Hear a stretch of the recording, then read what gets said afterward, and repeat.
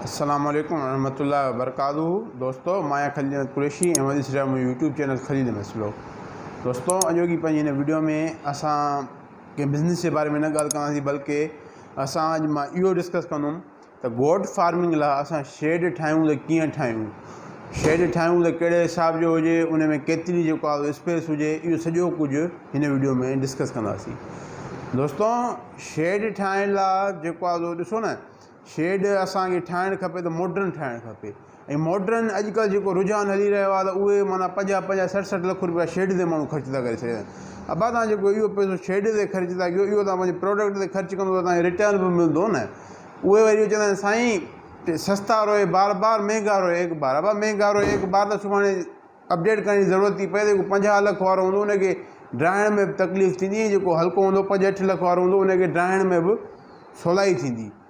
ऐं जेको RCC जेको शेड ठहंदो उहो बनिस्बत काठियुनि जी छित वारे शेड जे जेको आहे गरम रहंदो।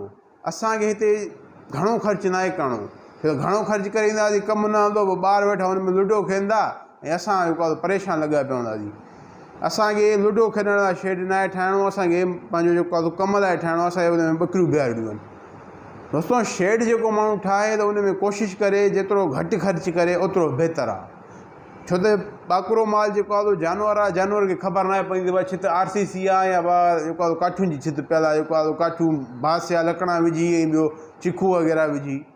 असांखे ईअं करिणो आहे, असांखे पिलर ॾियारे उन्हनि जे मथां काठियुनि जी छित विझराइणी आहे। ऐं हिकिड़ी त पहिरीं त कंपाउंड वॉल सॼी हूंदी आहे, पर जेको शेड जेको हूंदो आहे, जेको कवर्ड एरिया हूंदो आहे, त उन में वरी ॿियो असांखे बांस जे लकड़नि सां असांखे जेको आहे रस्तो हुननि जी माना रोक करणी आहे, भित जेको आहे जंहिंमां हुनजी हवा बि अची सघे ऐं जेको ॿकरियूं ॿाहिरि बि न वञी सघनि।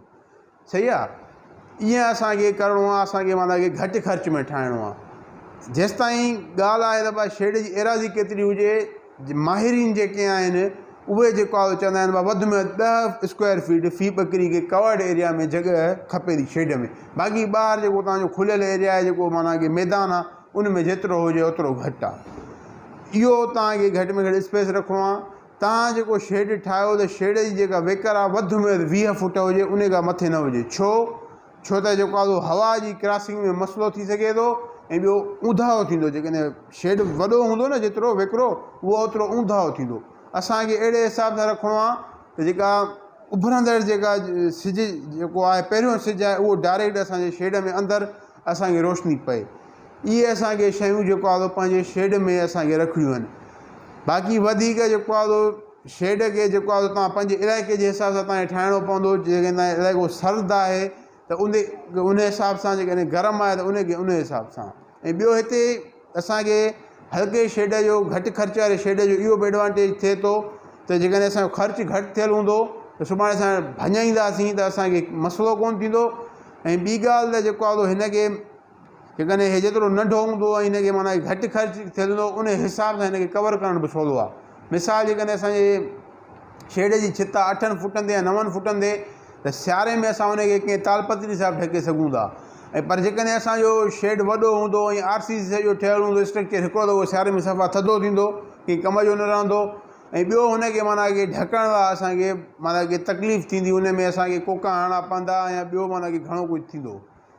सो हे जेको आहे मुंहिंजी वीडियो हुई, उमेद त तव्हांखे पसंदि आई हूंदी। अगरि वीडियो पसंदि आहे त लाइक कयो, कमेंट पंहिंजी राय ज़रूरु कजो। अगरि चैनल खे सब्सक्राइब न कयो, सब्सक्राइब कयो ऐं बेल आइकन दॿायो। पंहिंजो ख़्यालु रखिजो। अल्लाह हाफ़िज़, अस्सलाम वालेकुम।